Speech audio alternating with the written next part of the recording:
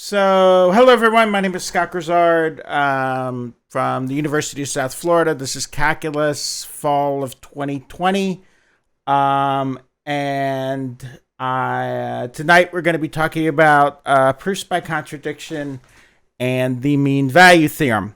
So, just a reminder what happened last time. And so, part of today is kind of a, sit back, don't take notes kind of thing, watch and kind of get it. It's one of those things you have to lean back and look at.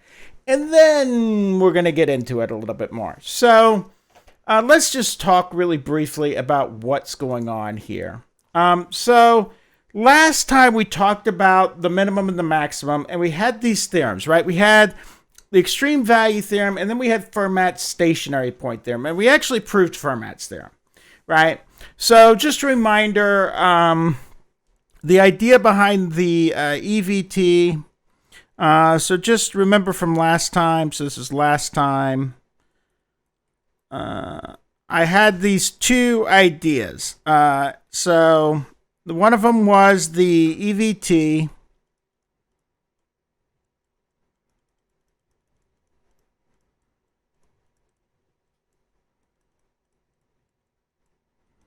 and that one says the following. That one says that if f is continuous on some closed interval AB, okay,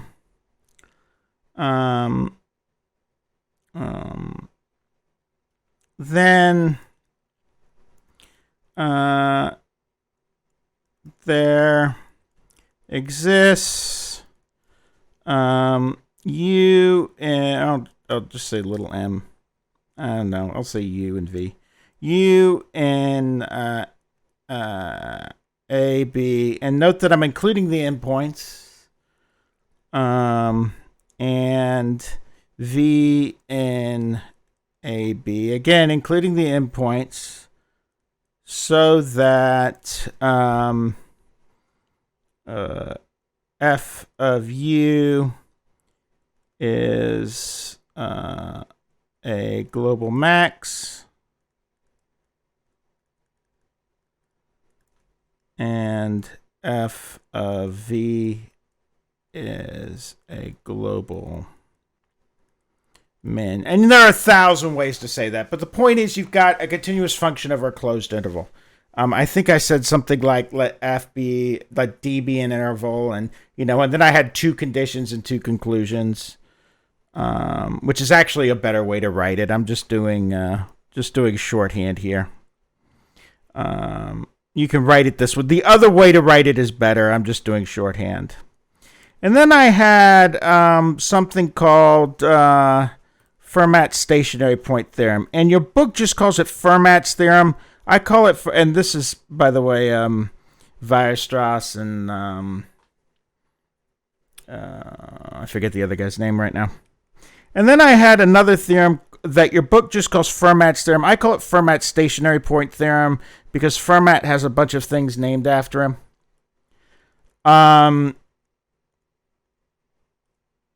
There's always someone I ask them to state Fermat's theorem, and they give me the either the little something called the little theorem and or something else. I always get that, so I want to be specific. All right. And Fermat's stationary point theorem says if so let's actually set it up. Let D be an interval f defined on D, and it says if f and let A and D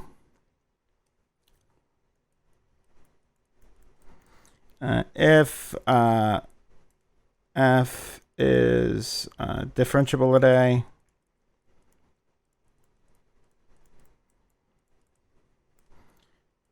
and f prime and f has a local min or local max at a, then f prime of a equals 0. All right. So I had this whole method by which I found a function's absolute or global min and global max. I think the book may call them absolute min and absolute max. And I had this idea where I could find that. It was kind of a nice little method. But there's actually more to it than this. Just like there was more to linearization than just talking about there's more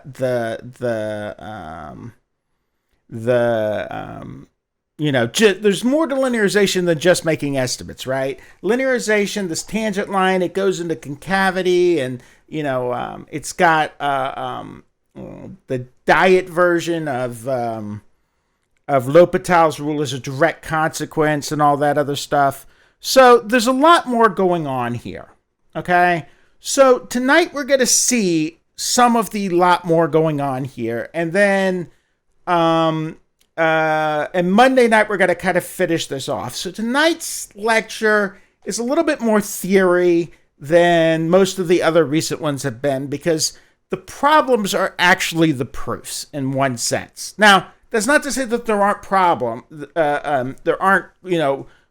that we can make up using the mean value theorem and all these other things, and there are great ones. But I want to kind of rush through. I kind of want to not rush through, but I kind of want to go through some of the theory, and then I want to go after the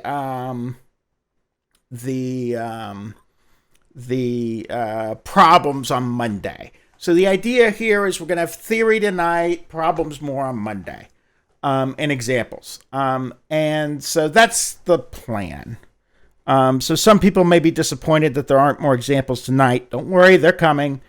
It's just that, we kind of have to get through the because a lot of the examples actually are the theorems. And this is a major piece. So let's just look at what's going on here.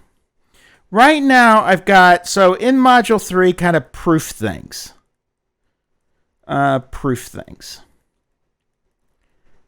So I've got kind of as my starting point the extreme value theorem. So I'll just abbreviate that EVT. And I've got IVT from the first lecture. And if you remember from the proof last time,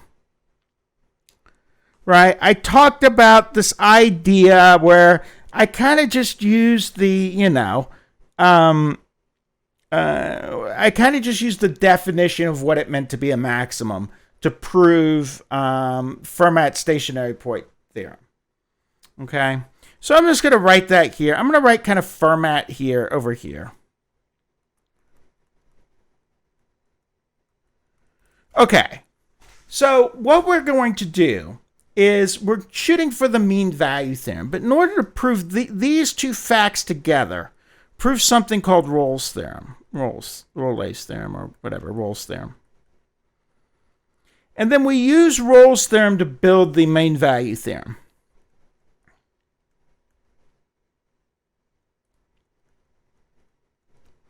And the mean value theorem is really essential to a whole bunch of stuff that we're going to talk about. So it's got this whole bundle of things that are really important to us that are direct consequence of the mean value theorem.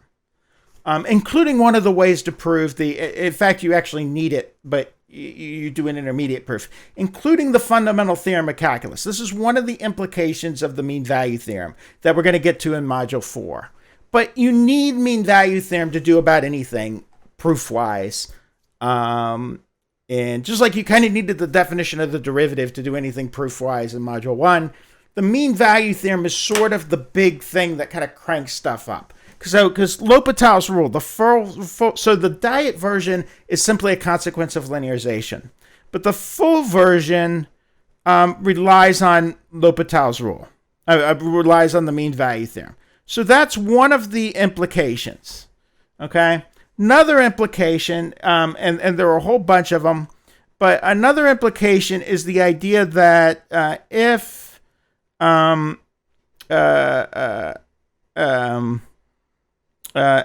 prime equals g prime, then there exists a constant c. Oops, that should be exists. Then there exists, then basically antiderivatives differ by constant. Then f equals g plus some constant c. Okay, so in other words, the shape of a graph is determined by its derivative, and everything's just a vertical shift of each other. Another consequence of this, although it's really a consequence of this, is part two of the FTC, which we'll do in module 4. And there are a whole bunch of other little things that you actually have to have mean value theorem to do. So it's one of those little central pieces. Okay? So we need it. So in order to do this, we need to prove Rolle's theorem. And okay, so that's the kind of introduction. There's a second thing. You can do most of these proofs without contradiction. So you can get away with it.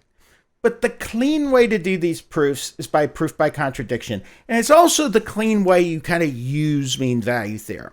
Okay? So that's kind of the first half of this. And then the second half is going to be to prove Rolle's theorem. And then we're going to use Rolle's theorem to do a few things. And then one of those things that we use it for is MVT. And I may get to the mean value theorem tonight, but it may be just Rolle's theorem tonight, because we're going to do something first. Okay? So the first thing we're going to do is called proofs by contradiction.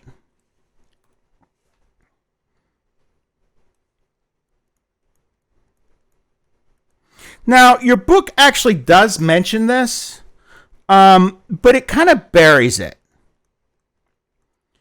So you see all of these like exercises, and in the solutions it talks about, well, assume otherwise, and then it's got like this thing, oh, and that contradicts this. And then it's just like, that's the proof. And you're like, well, okay. You know, it kind of wants to do, it's like the author wanted to do it, and the editor was like, don't do this. Somebody's not going to buy your textbook if you do that. That's really how it feels. Okay? So we want to kind of get around this. All right? So, by the way, 1 to 5, I didn't ask. 1 to 5, how do we feel about this kind of structure? About what's going on, right? I use these two things. I'm going to prove this, and kind of this idea that this is central and it kind of moves everything. Let's see how engaged everybody is. Not very, huh? We have a 1 to 4 apparently. That's okay. Okay. All right. So put down your pencil. Grab your beverage of whatever sort you have. I have Diet Coke. Caffeine free because it's late in the evening and I'm old. And, you know, kind of relax. I don't want you... We want to talk about proof by contradiction. And this is one of those things that you kind of got to... About, right? You got to sit there and go, okay. Yeah, and I want you to just to... No, I'll tell you when to pick back up your pens. Just, like, relax about this. Here's what we want to say. All right? If I have a statement, okay, where something is true and false, if I have a mathematical or a logical system even, where something can be both true and false, I have a problem. Okay? Now, in language and in life, we're okay with this concept, right? We have this idea that things are true, but there are exceptions. Does not work in math. In math, things are either yes or no. So if I wind up with something that says yes and no, I have a problem. So for instance,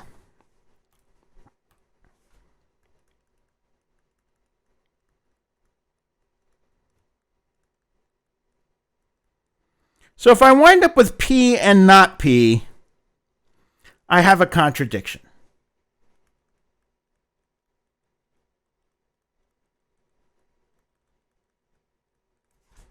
And in math, that's a big no-no. And in logic in general, that's a big no-no.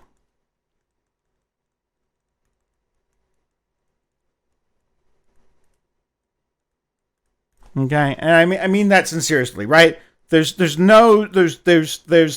like exclamation points, right? Each no gets its own exclamation points, and then there are ones following, right? You can't do this. Okay. So, I can say, and I did this yesterday. I did this on Monday a little bit. So, like, for instance, I did this thing on Monday where I said, where did I say it? It was here.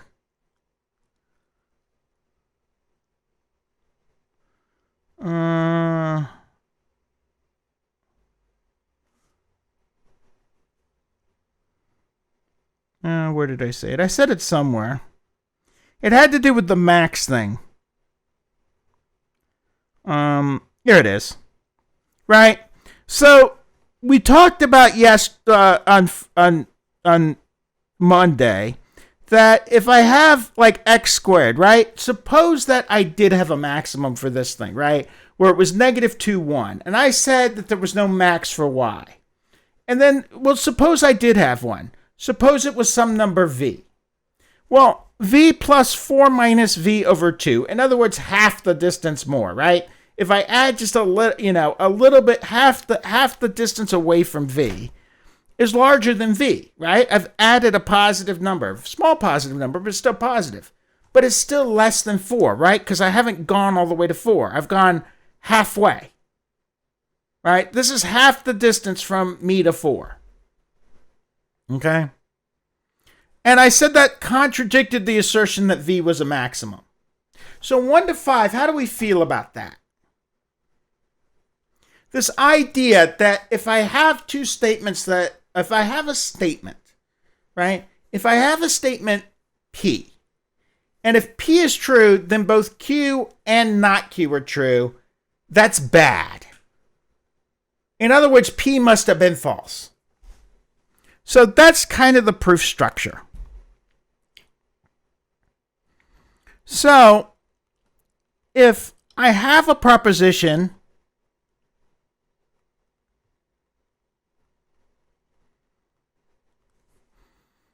P, and P implies Q, and P also implies not Q, P must be false.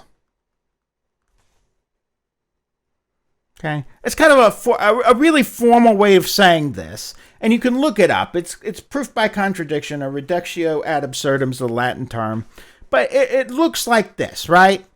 P implies Q, P implies not Q, therefore not P. If you want the kind of formal way to do this, that's the kind of formal. Do I have my therefore right? Yeah, it's that right? So that's kind of the formal type of thing if you want it. If you want to, you'll see that on there. And that's basically me, right? I've got a proposition P, and it leads to two things that are contradictions. Therefore, P must be two statements that are contradictory. And therefore, P must be false. Now, this next example, not in the book, not in the test, but you have to do it. If you talk about proof by contradiction, there's a contract in every math teacher's clause that says you have to do this proof. You talk about RAA, you have to do this proof. So I'm going to do this proof. So leave your pencils on the ground. I want you to see this proof and kind of understand where the structure is coming from. All right. So, as I said, this particular proof, now, the structure itself can be used on the test, but this particular proof is not going to make it, right? This is one of those that I have to do by contract, and it's a very good example. Okay? So we'll do an example of proof by contradiction. Example of a proof by contradiction. Okay? And I am doing examples. See, I'm just doing examples of proofs, not, well, they are problems, but you know what I mean. All right. And the famous example is the fact that the square root of 2 is not a rational number. Okay? Irrational numbers exist, right? This is the thing that Pythagoras killed people over. The Pythagoreans, right? The big proof is this.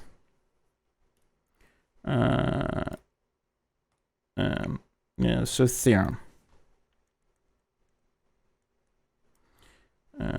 There exist numbers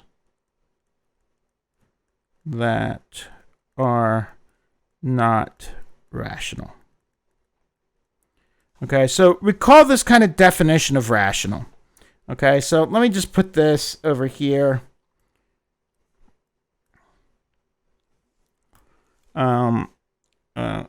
X is so just recall. X is a rational number if there exists an integer q and whole number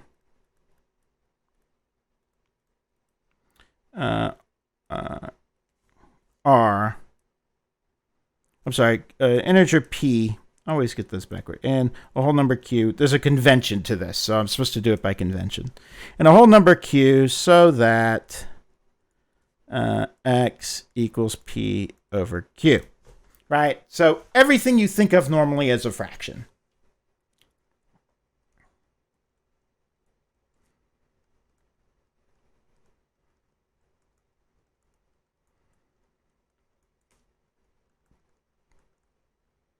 Right, so here I've got negative 1 over 2, 1 over 2, 1 over 1, right? 6 over 1,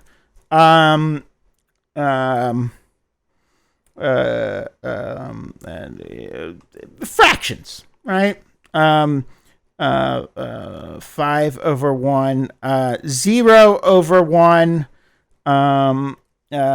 negative 10 over 20. Right, what I think of as fractions is what I mean. Okay. So I'm going to prove that the square root of...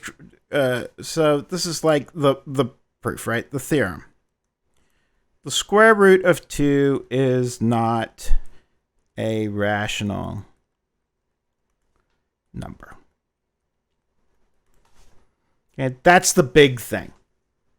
Okay, so 1 to 5, how do we feel about what I'm saying here? When I say that there exist numbers that can't be expressed as fractions of an integer on top and a whole number on the bottom, right? So by whole number, I of course mean like things like 1 and a positive number on the bottom and a positive integer on the bottom and a integer on the top, right? So 0 over 1's fine, but 1 over 0 isn't. And I don't write 1 over negative 1, although I suppose I could. I write negative 1 over 1. Okay.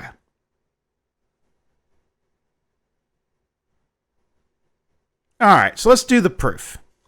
And all proofs by contradiction go like this. The first word about a proof by contradiction, the first two words are always the same. Suppose otherwise. Suppose otherwise, right? Square root of 2 is not a rational number. Suppose otherwise. Okay? Suppose square root of 2 was rational.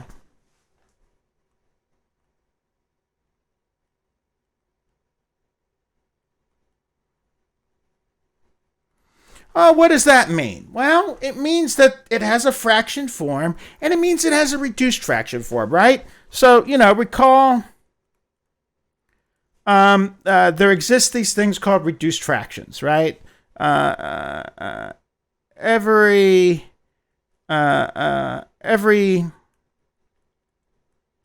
rational number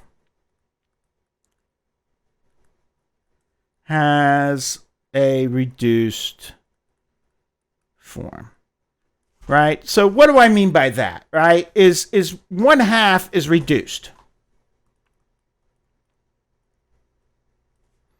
2/4 is not, right? Because I can divide the top and the bottom by 2, right? So in reduced form,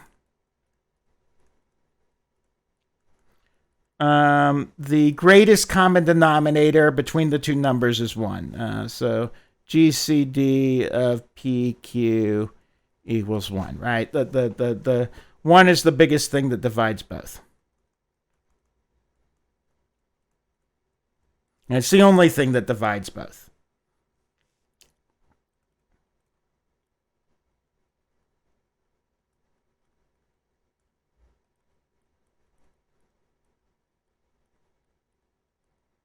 So how do we feel about that little grade school idea of reduced fraction form? 1 to 5.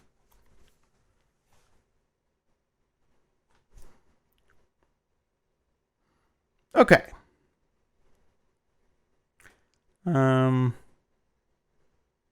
Okay, I guess we're doing 1 to 4s tonight. We're doing 2 to 5. There we go. Okay. So here's the idea. Suppose otherwise. Suppose square root of 2 was rational. Then there exists integer p, and they're both positive, right? This is a positive number, right? Then there exists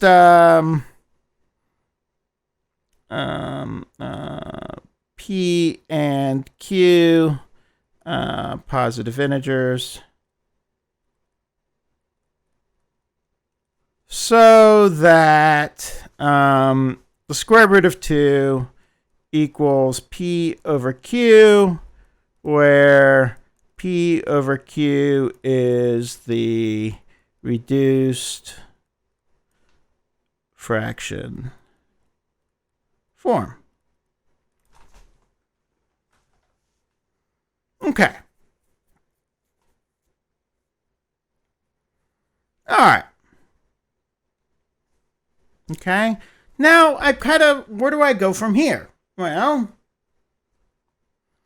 I've got square root of 2 equals p over q. Well, let's multiply q by both sides. It's kind of the only thing I can do with this, right?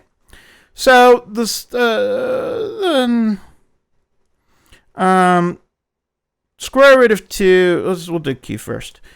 Q times the square root of 2 equals p. All right. Let's square everything. Seems to be the only other thing to do. Implying q squared times 2, I just squared everything, equals p squared. How do we feel about that steps kind of thing? 1 to whatever I've got on the thing. 1 to 5. How do we feel about that? There is a way to make it do...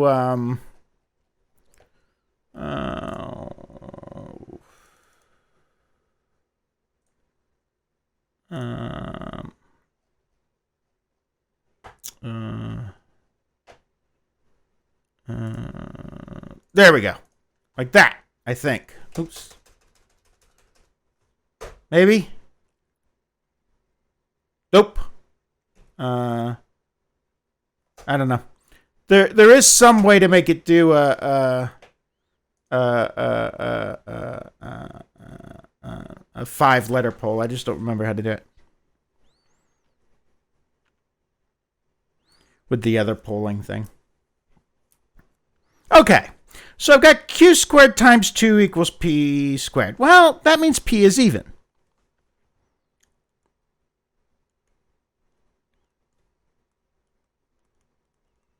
Oh, it means p squared is even.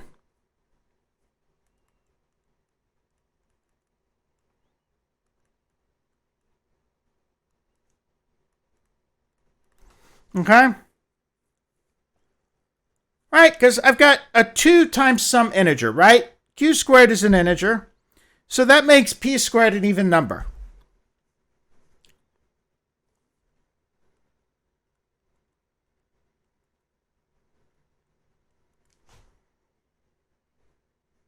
Okay. Well, if I take if p squared is even, right? If p squared is even, since odd times odd is odd, right? If p squared is even, well, if p was odd, then p squared would be odd. So that means p must be even as well.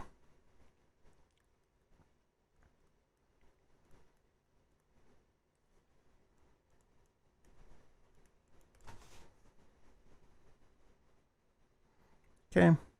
So 1 to 5, how do we feel about the fact that p must be an even number?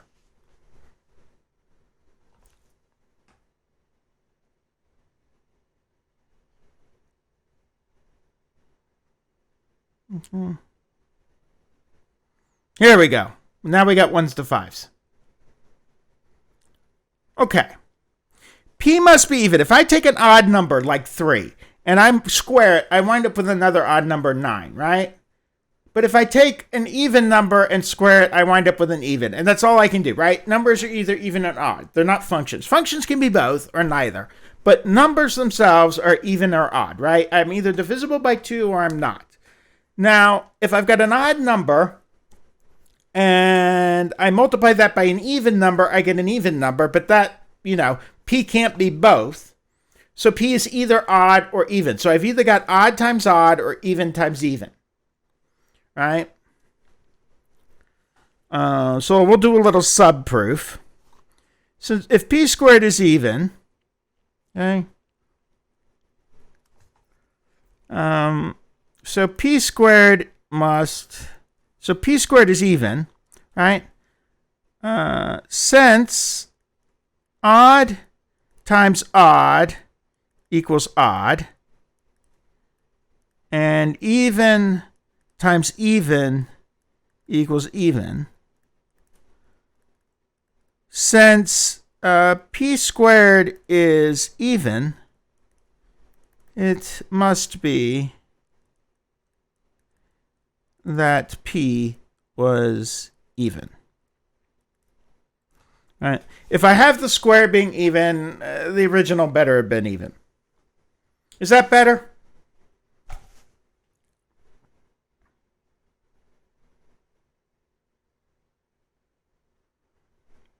Okay. Well, since p squared is even,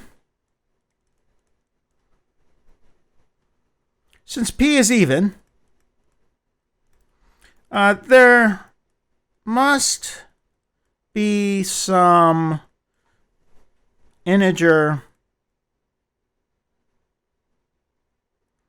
k so that p equals 2 times k, right? I can divide p by 2, and when I do it, I get an integer. Okay? Thus, well, okay, what must be true? Well, all right, I got an even number. And notice I'm kind of starting from nothing, right? I've got, well, okay, I had square root of 2 equals p over q. Well, there's nothing else to do but move the q over and then square it. Well, I got something times 2. P squared is even. Well, that means p is even. Okay. Well, if p is even, p must equal 2 times some k, right? P over 2 equals some integer.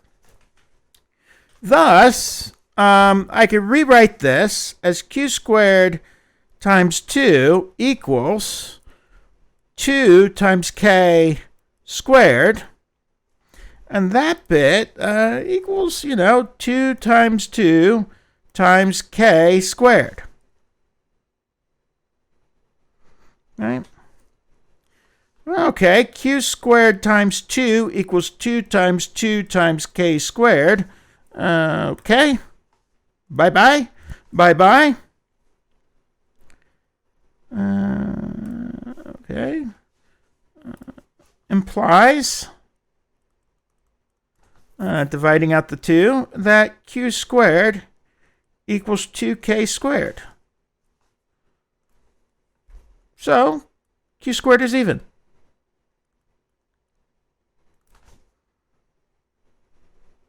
Well, if q squared is even,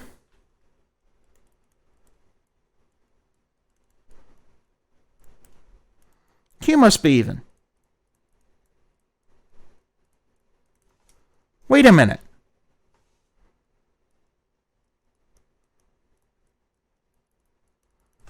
What's the problem? Who sees it?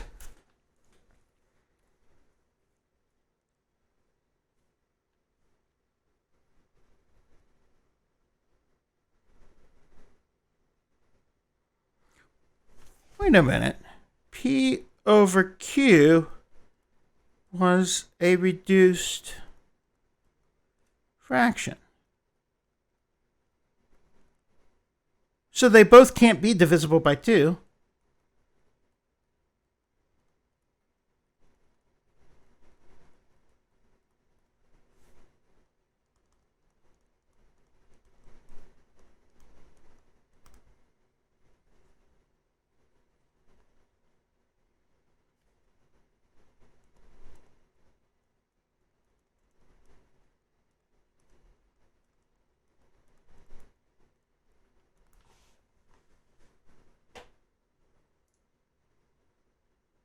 How do we feel about that 1 to 5?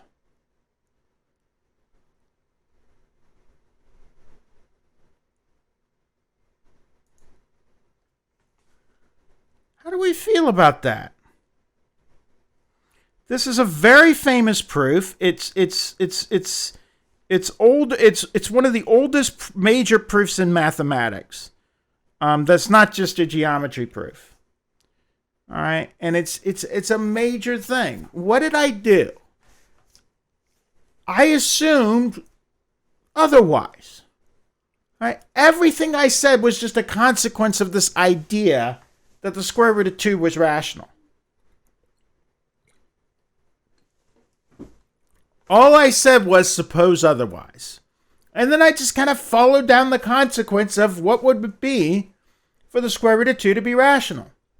Well, it would mean that, there were integers, p and q, both positive in this case, so that I had a reduced fraction. Okay? Well, then from that, I just kind of multiply over the q, and then I square everything. Why? Well, it's kind of the only thing I got. And that means that 2 divides p squared, making p squared even.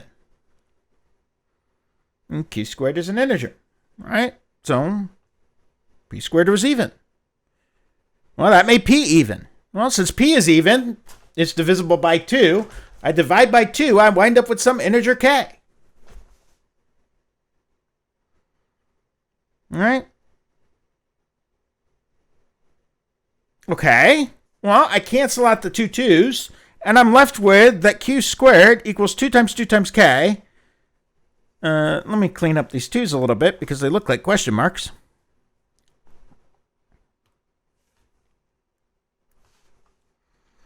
That implies 2 times 2 times q. Q squared equals 2 times k squared. So q squared is even. But if q squared is even, q must be even. Wait a minute. I've now got an even on top of an even. But I said that p over q was a reduced fraction. That's bad.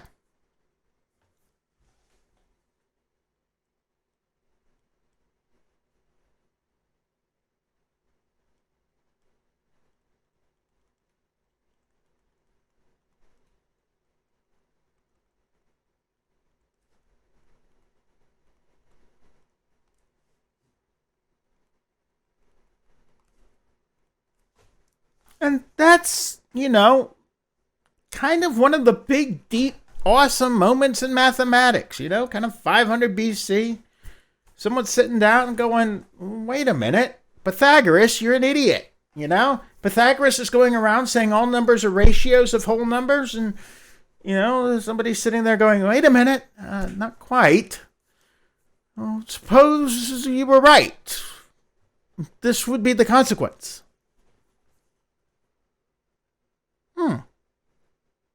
Okay. All right. Well, it's kind of a cool notion. And as I said, if I cover proof by contradiction, I have to cover this theorem. I mean, it's in the, it's one of those things, right? The Hippocratic Oath, first do no harm for doctors. It's, the mathematician's oath, the Archimedes oath, I guess, right? Thou shalt teach the square root of 2 is irrational if thou coverest proof by contradiction. You just have to do it. Okay. All right. Why do I care? Well, pick up those pens again. I'll show you why. Big name theorem.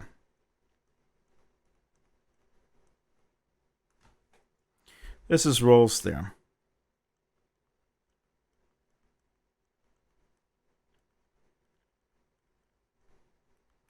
All right, and let me see if I can get you its section number. I don't think the page number you care about. What section are we in? Let me just flip to it here. It's section 4.2, and it is example D. I think it said right at the beginning. Oh yeah, it's the first thing. It's the first box in section 4.2. If you've got a physical book, it's page 210.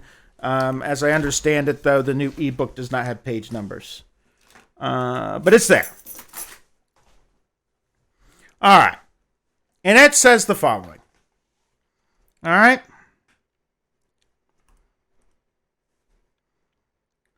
Let D be an interval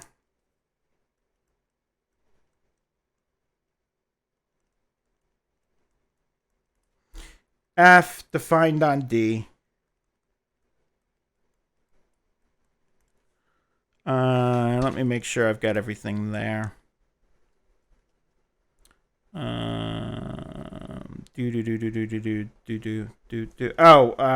Let D be the interval. I actually want the interval. I forgot about this. Let D D equal the interval A, B with F defined on D. So I actually want the closed interval. I forgot that. Okay. So here's Rolle's theorem. If I actually want the points A and B. It's not enough to just say if D is closed. I actually want those points because I'm going to use them in just a moment. Okay. If F is continuous on the closed and F is differentiable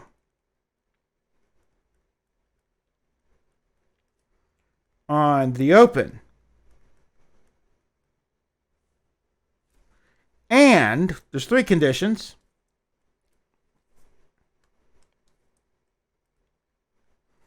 And F of A equals F of B. All right, so what's going on here? It's something like this. All right, here's my graph, right? And I've got this function where F, here's A way down here, and here's B over here. All right, and I've got a place where this and this are exactly the same. All right, and then I've got this function F, so I'll let F start here, but I don't actually care about that.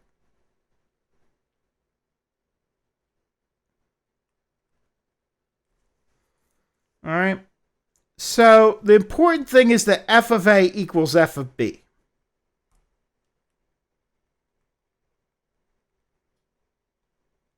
Right, the heights are the same. And I've got continuity and I've got differentiability. So it's a smooth, continuous function on AB.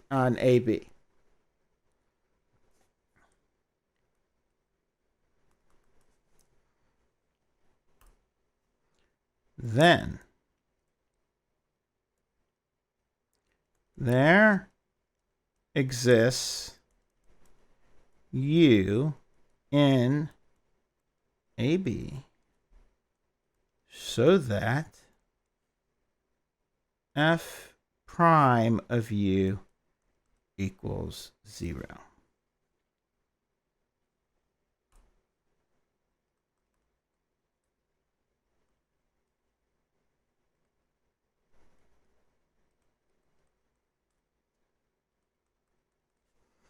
All right. I've got at least one. Here I've got two such U's, but there exists, I'll even write that in there, at least one U in AB so that f prime of U equals 0.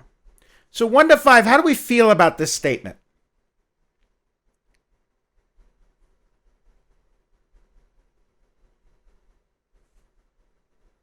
Three ifs, one then. And even your book bullets this one.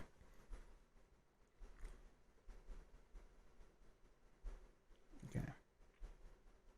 And this is actually pretty powerful if you think about it. It's one of those notions that you look at and you're like, oh, okay. There's some place where, f prime of U equals 0. It was somewhere I had a flat tangent line. And you can use it to prove some pretty cool things. In fact, you can use it to prove the fundamental theorem of algebra, which is that every odd degree polynomial has at least one zero. And all the things that you call the fundamental theorem of algebra just come from that. But you can prove things that are very, very, very, very cool with this. All right. Okay, let's prove it.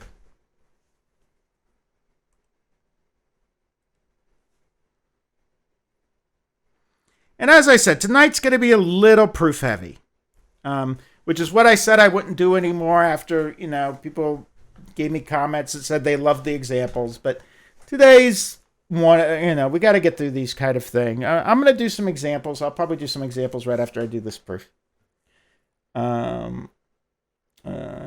Of using Rolle's theorem, and then we'll get to MVT later. I'm okay with that. All right. So we'll even call this, right, mean value theorem part 1.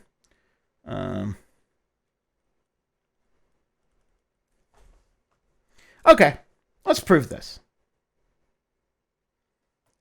Suppose otherwise.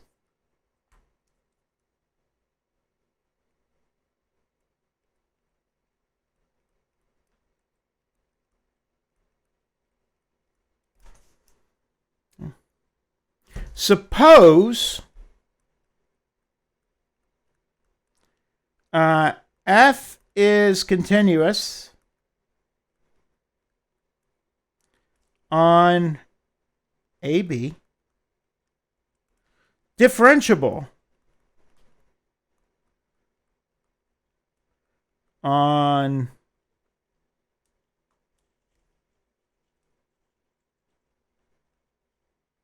AB,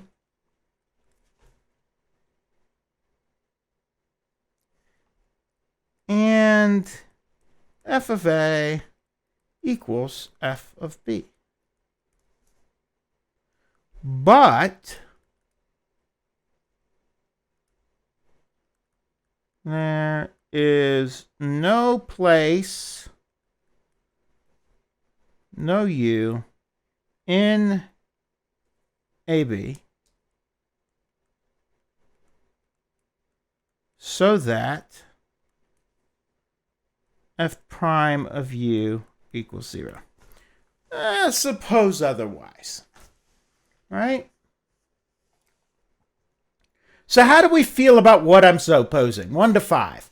I'm supposing that all of the conditions are met, but there's no place in the middle where the thing is 0, where I've got a flat tangent line.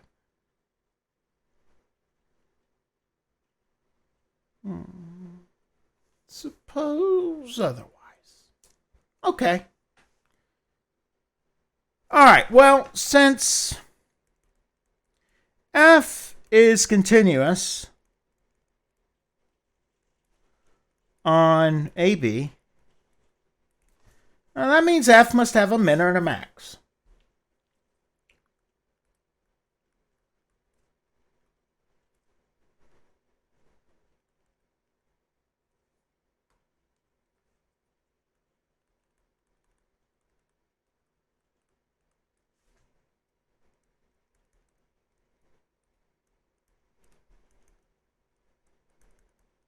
Right? The extreme value theorem says I'm continuous on a closed.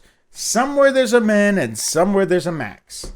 All right? We will call them, so call the x values that attain such things, or the first or the leftmost x value, x min and x max. Call the leftmost, I don't actually care if it's leftmost, most x, so that that's just too much. Call their x values. Call one of those x values. Call one of their x values.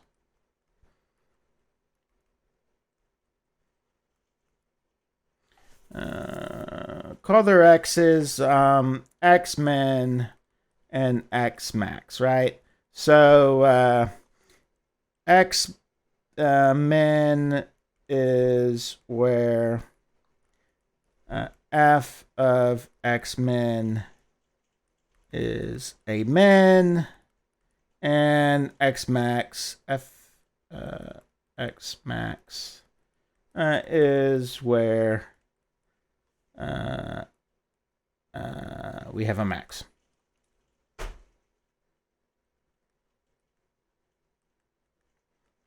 Everyone okay with that kind of thing? I had a minimum, some x value is a min, and some x value is the max. All right, 1 to 5, how do we feel about that?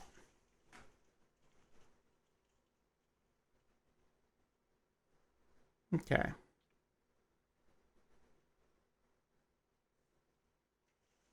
Well, okay, they got to be somewhere, right? So I've got kind of something that looks, a bit like this. I got, an x, I've got a, I got a closed interval. So somewhere I've got we'll make this right here, right there, and right there, and we've got some kind of x min here. Happens to be an endpoint. Let's make the maximum an interior point. Right, here's A, and in this case, A equals X min, and here's the max here, and I've got kind of an X max. All right, I've got kind of a Y max. That's the biggest Y value. That's probably deceptive, right? I've got F of X max, and I've got kind of F of X min. All right, somewhere I've got X values where the Y values are the biggest and the smallest. Okay. Suppose X min is in the middle. Well, since F is differentiable everywhere, right?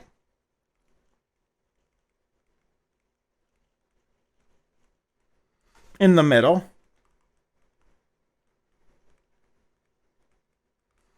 Fermat's theorem tells me what? Fermat says, stationary point, says, right? I meet Fermat, right?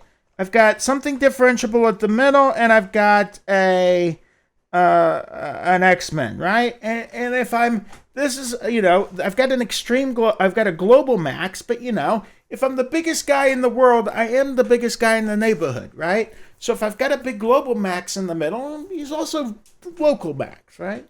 I'm Andre the Giant. I'm the tallest man on earth. I'm also the tallest man in Hollywood. I get that kind of a thing, right? I might not care that I'm the tallest man in Hollywood, because I am the tallest man in the world, but I am the tallest man in Hollywood. So Fermat SP says that f prime of x men equals 0.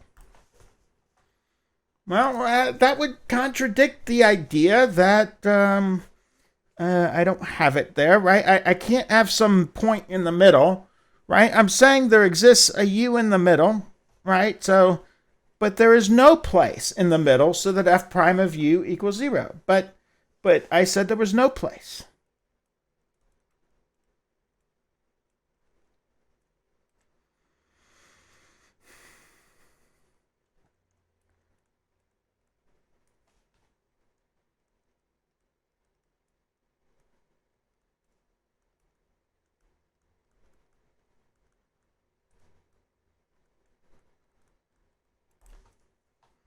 So, thus,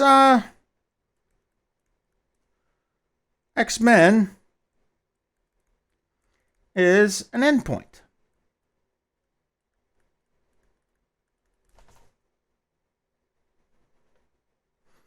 Right? Either A or B.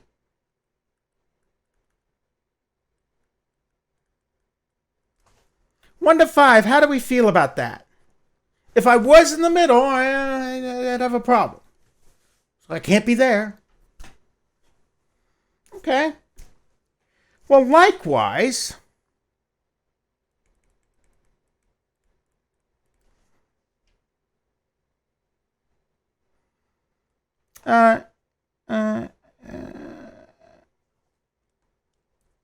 X max is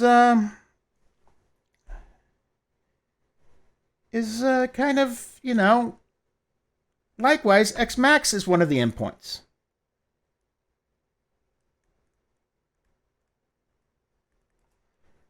Point. Since,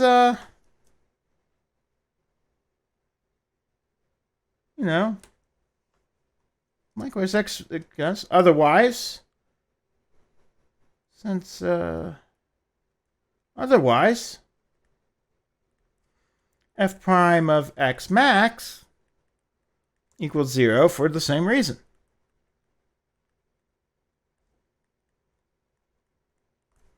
All right, so we're kind of just playing Where's Waldo with these things, right? But, and I've got a problem here. But f of A equals f of B.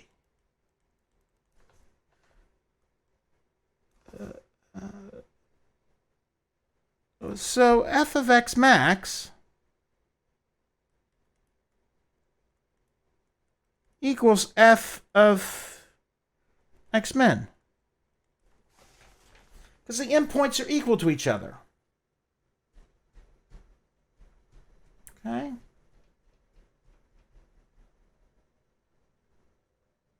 Well, that means, I've got kind of, that means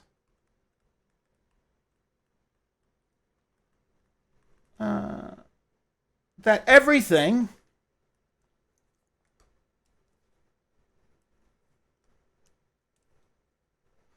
that f of x is, less than or equal to f of x max, right? Because, it's the biggest game in town. It's the biggest global max. But that equals fm.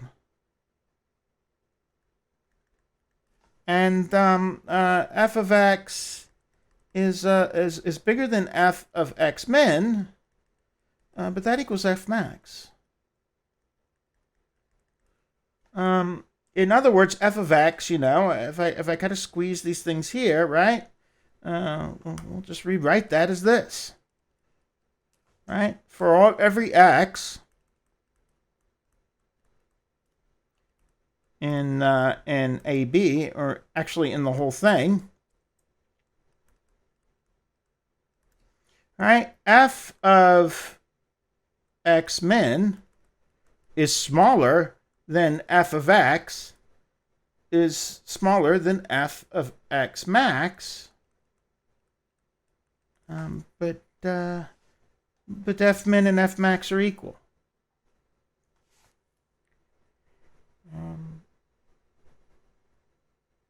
Since that's true, that means for all x,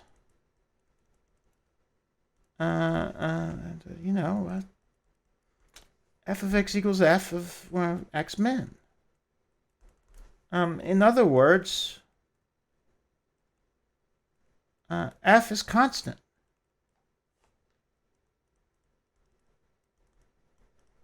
On A, B. What's the problem? I've kind of, I've kind of got, a little anxiety about this, right? Something weird's about to happen. But that means f prime of x was 0 everywhere.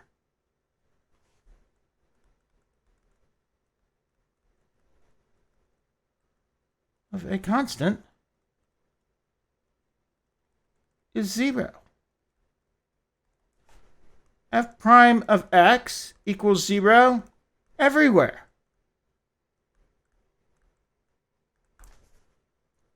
That's the problem.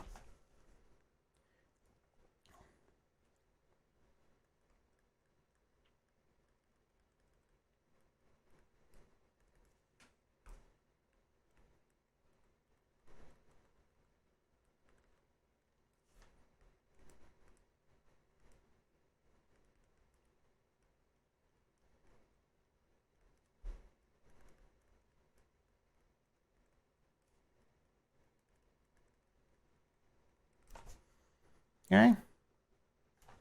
Of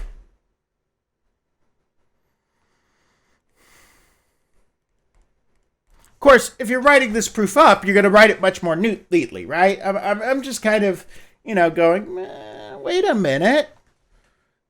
Right? I mean, there's a lot of cleanup that you could do with this. This is kind of a rambling thing to make the point. Right? Well, so if I wanted to clean this up, right? If I wanted to stick it on my mother's furniture, I could make it much, much more tight. I can make it much tighter. Right? I'm just kind of rambling here. Well, what's my strategy? Strategy. Suppose otherwise.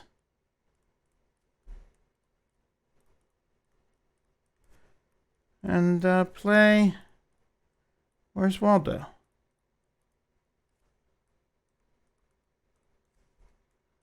With X min and X max. What else am I going to say? Kind of the thing. 1 to 5. How do we feel about this proof? Again, it's not like clean and I didn't write it up in a clean and, ba-boom, ba-boom, ba-boom, ba-boom, ba-boom way. I wrote it up in a very rambling way to kind of make it the point. We're kind of fumbling in the dark in a bit when we do this. But it comes out to be, in an effort to find where that thing was, I kind of said, oh, right, if I wanted to clean this up, and I'll do it after... because it was late, I kind of lost a lot of time. I could clean this up very nicely, right? So if I wanted to write a clean version, I would do the following, right? I would do clean, and I would do the following, right? Want to show if f prime of u is never 0, then I have a contradiction, right? So I would then say, suppose all the conditions. So suppose all the conditions.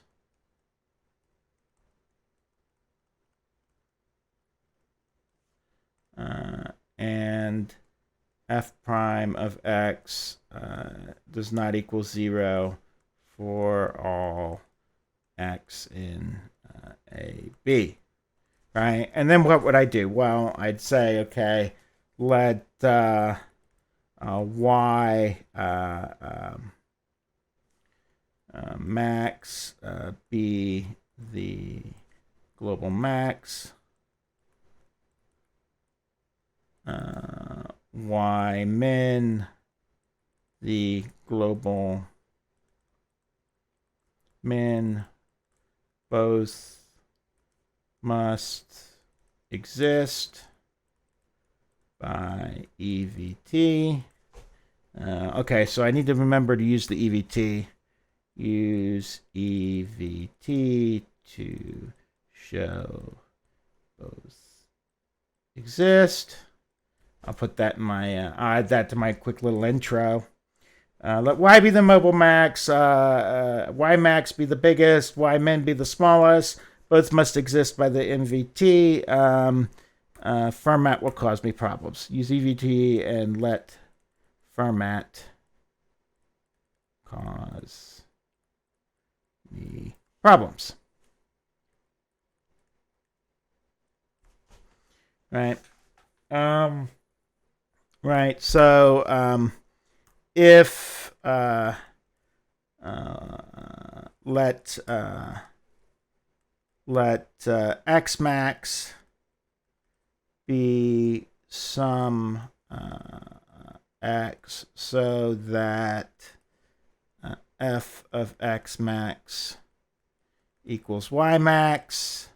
Let x min be some x so that f of x min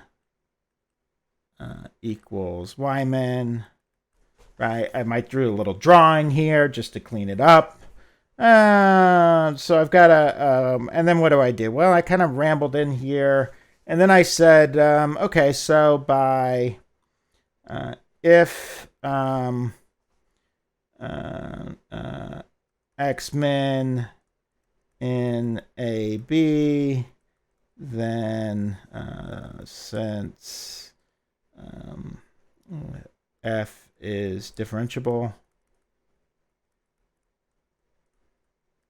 on a b by Fermat, f prime of x min equals 0, so x min equals a, or x min equals b. Likewise, x max equals a, or x max equals b. But, you know, and then I do f of x max and f of x max equals f of x min equals y min, and then, right, so I've got the biggest and the smallest. Since f of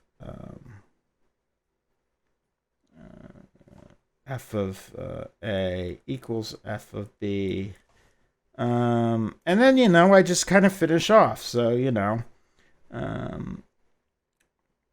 so y min equals f of x min, which is less than or equal to f of x, which is less than or equal to f of x max, which equals y min. Y min, because they were both equal to y min. And then I'm done, right? So then, so f of x equals y min for all x, and f prime of x equals 0 everywhere. All right, so contradiction.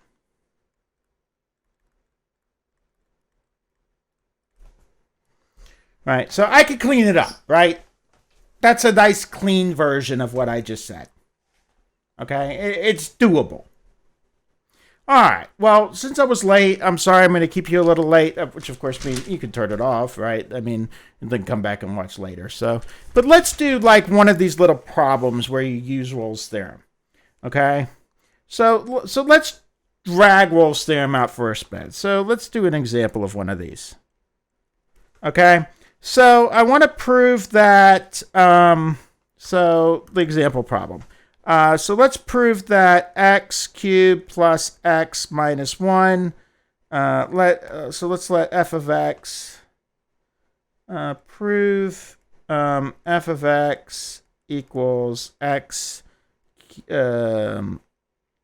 x cubed plus x minus 1 has exactly as we've already done. So we used intermediate value theorem. Remember that? We used intermediate value theorem to show that it had at least one root. So we're going to say it has no more than one root.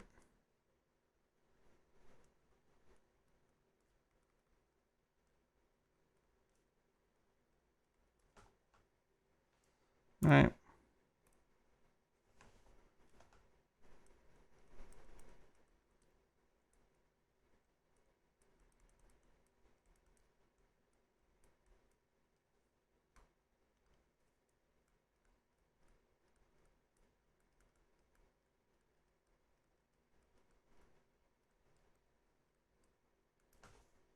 Okay. So before I used the intermediate value theorem to show I had at least one. So now I'm going to show that it has at most one. Right? So suppose it had, so I'm just going to say, okay. So here's the proof. Well, suppose otherwise.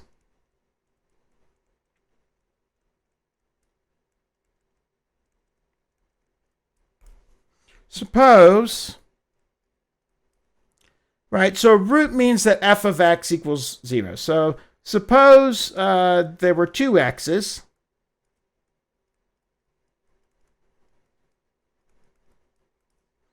I'll call them x, I'll call them a and b.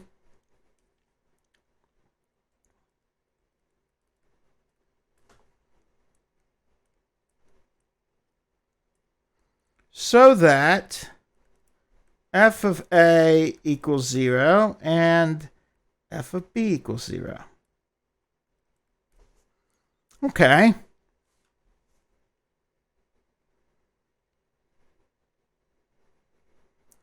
All right. So since, since f is a polynomial, f is continuous and differentiable everywhere.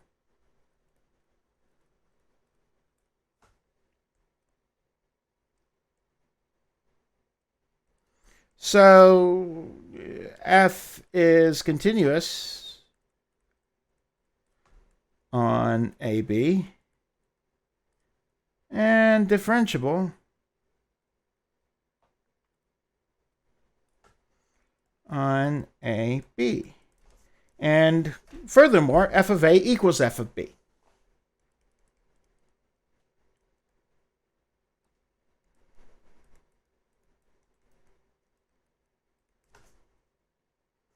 Right? So I've met all the conditions of Rolle's theorem.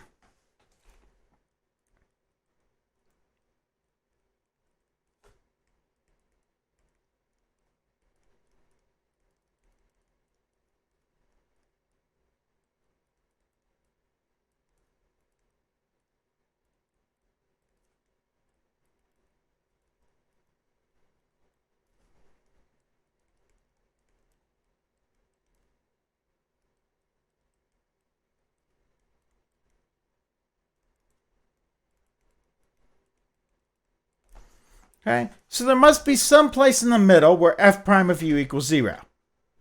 Okay? 1 to 5, how do we feel about that? I've met all the conditions of Rolle's theorem, therefore there's some place in the middle where f prime of u equals 0.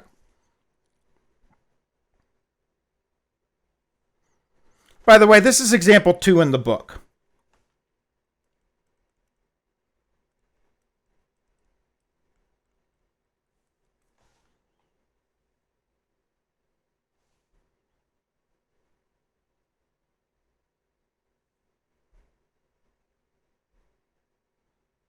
Okay.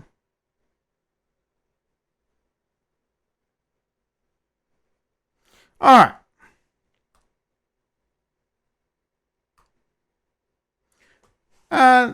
But let's take the derivative of this thing.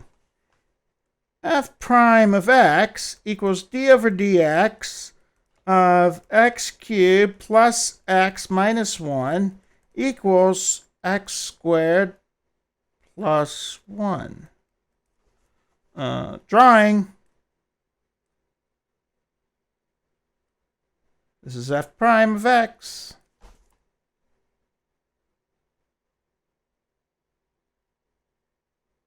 All right. I got a non-negative discriminant. I got a problem. All right. Right. Does everyone remember the what's the roots of this? Well, let's see. F prime of x equals 0. I think x equals I. And x equals negative I, right? This has no real roots.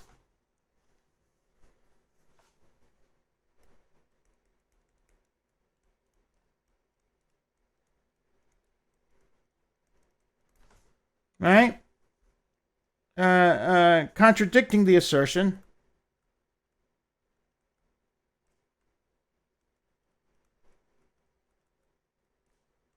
that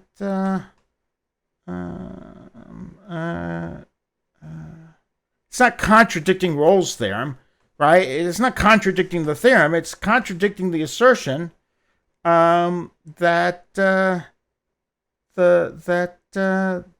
there's a place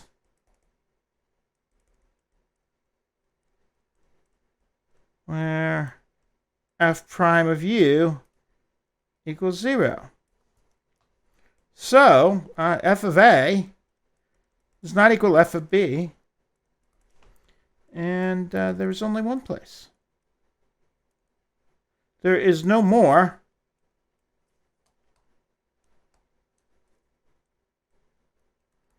than one place where f prime of x equals 0.